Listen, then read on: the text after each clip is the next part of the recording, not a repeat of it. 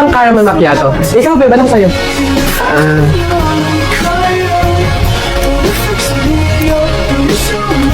Babe. Shh, babe. Ako na.